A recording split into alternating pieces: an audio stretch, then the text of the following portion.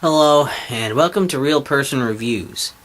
I'm Sam, and I'm a real person, and today I want to talk to you about Japanese women animated jigsaws. For PCs on Steam. Look, I just want you to know up front here for the things. I got this game because it was on sale on Steam for $1. I had at least $1. Not even $1, 99 cents. I had at least that much sitting in my Steam wallet from selling trading cards, and it's like I could put together jigsaw puzzles. Animated jigsaw puzzles sounds like, how would they do that? What's that about?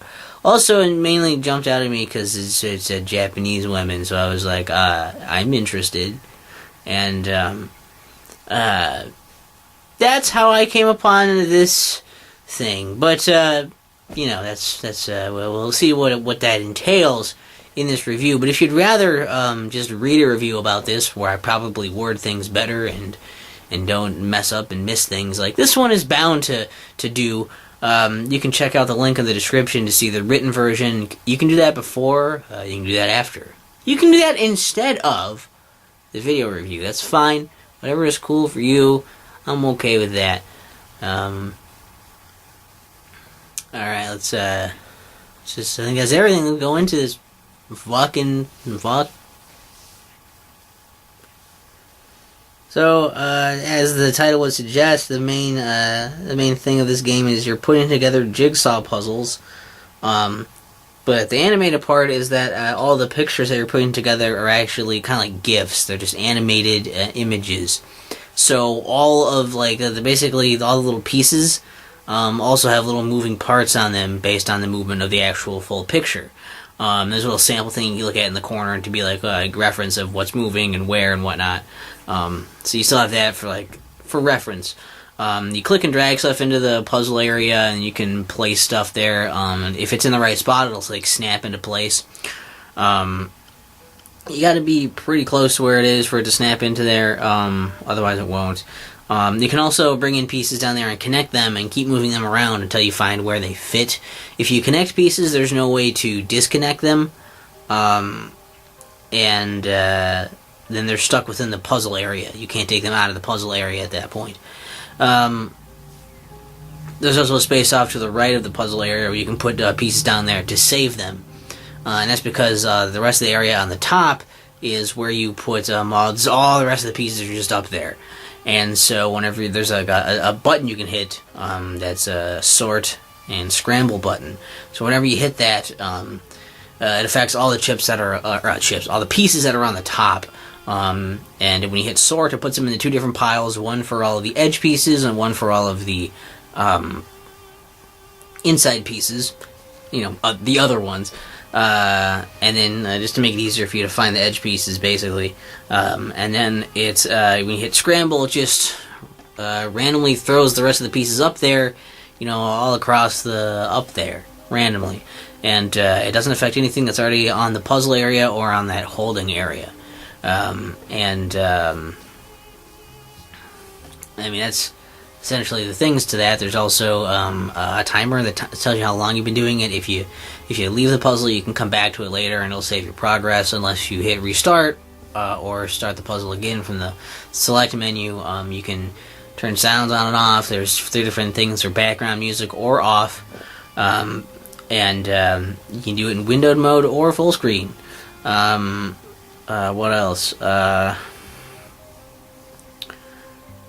There's also different, for the backgrounds that are underneath, where the area where you're putting all the pieces. You can change that between 3 different colors. There's an option to switch between those on the fly there as well.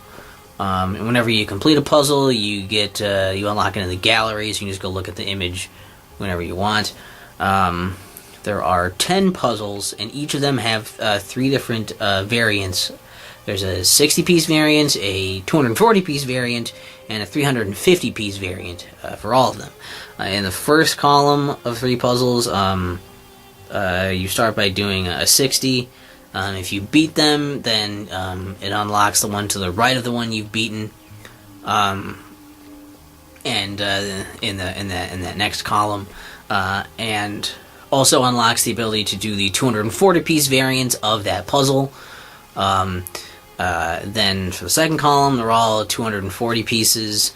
Beat those, you can unlock the next column, and unlock their 350-piece variant. All of them in the third column only have you doing the 350-piece variants. Once you beat all of those, it unlocks the final puzzle, which also is just a 350-piece variant. Once you beat all of those puzzles, or basically all of those main ones, because you kind of have to for the sake of progression, then it unlocks all of the piece variants for all the puzzles, and it shows a little check mark next to them when you're going to select them to tell you which ones you've completed. Did I mention yeah, I did mention that. And then after that, basically it's about the achievements then, where you get an achievement for, I think you get an achievement for basically beating every puzzle on for every different piece variant, every different size variant. You also get an achievement for beating all of the 60-piece puzzles, you get one for beating all the 240-piece puzzles, and you get one for beating all the 350-piece puzzles. And then you get one final achievement for beating all the puzzles on all the difficulties, getting all the stuff. And then that's pretty much the entire game. In general, I think it's actually pretty good. I think it's better than most of these virtual Jigsaw games I've played, because, well, for one thing, it's of Japanese women, which I was like, of course I'm gonna look at that. They're not super hot, fat bait kind of pictures to get you to get it. I think they were trying to angle you more towards the whole, well, look, it's a cultural thing. See Japanese women in Japanese life or something. So there's that. So, they're beautiful, but, it's not it's classy. It's not it's not like, you're not going to naturally fap to this. You might, consider it, but you're not, it's not gonna, be the thing. It's it's not like you're gonna go to this and be like, this made me want to fap. It's gonna be more like, I want to fap, and then I was doing this, and I'm already here. Sure. It'd be like that, I guess. And, so not a lot of boner points, just some boner points. Gotta bring those back. Gotta make sure that's a staple, and that's a running gag that is in every review. Should be, shouldn't it? The fact that it's animated is cool, because it's it makes it so it's, on the one hand, it makes it a little easier, because it's if you have a repeating pattern of something, it's oh Jesus, how am I gonna know where this piece goes in relation to all the other parts of this big repeating pattern? You can kind of follow the motion, because the motion is the thing that's gonna okay, well, it's not exactly the same motion on this part of it as it is, it would be on this other part based on how it's moving. And so it helps you kind of determine some of that shit.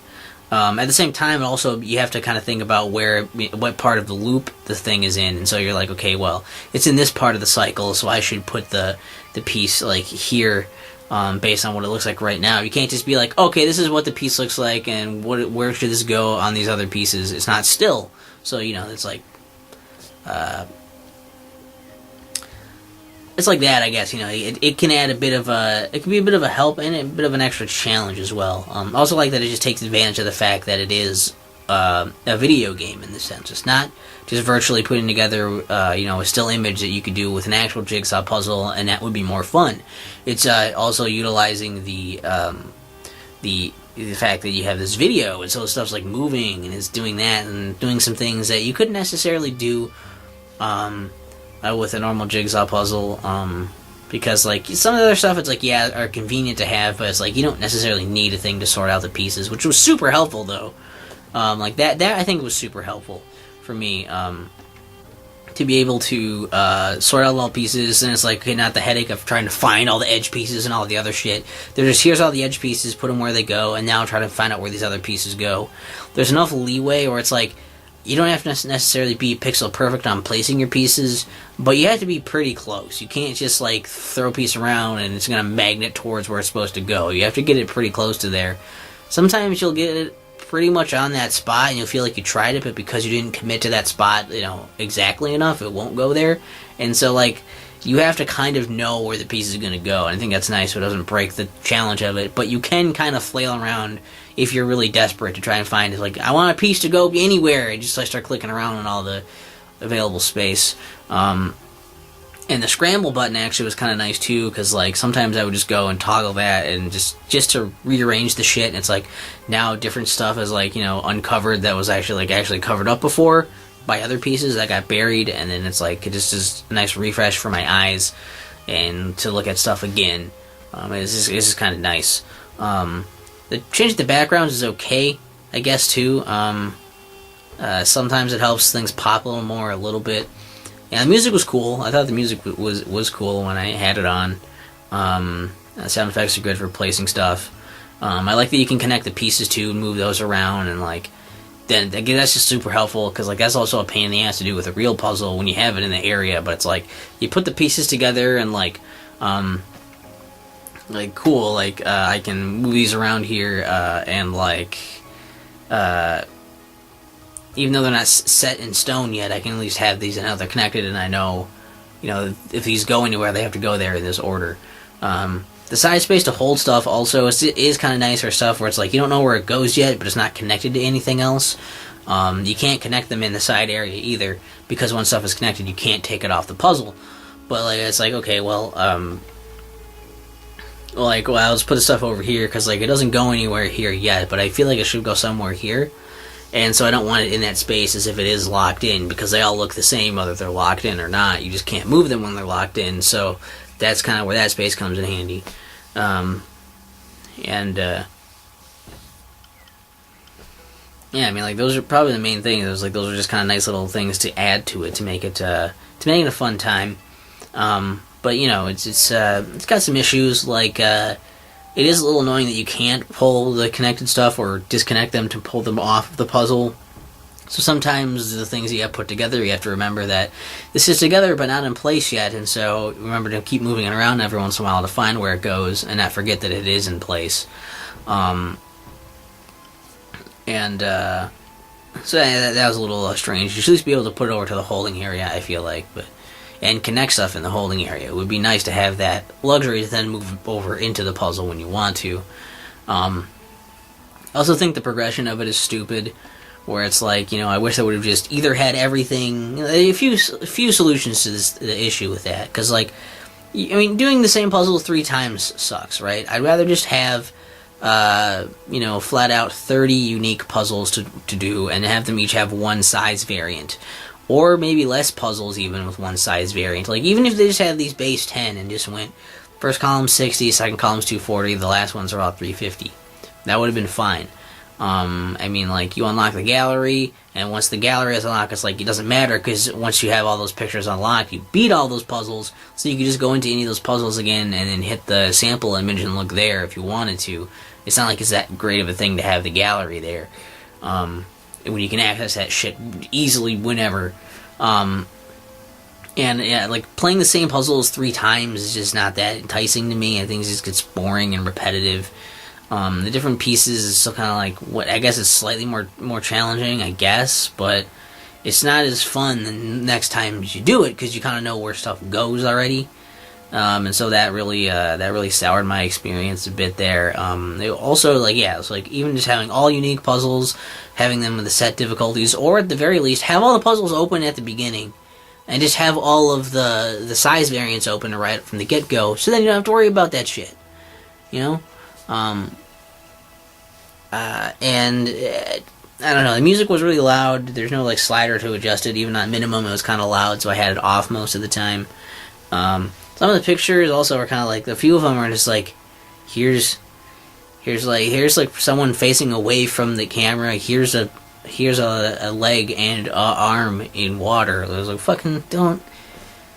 Like, I get it, but like, you know, put the Japanese women in the picture. Give me the faces. I wanna see pretty faces. That's the whole thing I bought this game for, and you're screwing me out of it. So that was a little obnoxious as well. And the background changes. Maybe it's just me because I'm not great with colors, but I feel like they could have had some more drastic color choices for changing the background colors to make stuff pop, or possibly add different patterns to help you see where the blank spots are, you know. But I don't know. Again, that may have just been me on that one. I don't know. overall, Japanese women animated Jigsaws is one of those where it's like recommendations. Okay, let's just get to that. Let's just say it. Recommend it because you know what it is. I told you what it is. There's not really much more I can say on that. Recommendations are, if you like virtual jigsaw games like this, go for it. It does something that, the animated stuff that, regular puzzles don't really do that. They won't give you that experience. And so that gives you kind of a reason to get it as a video game.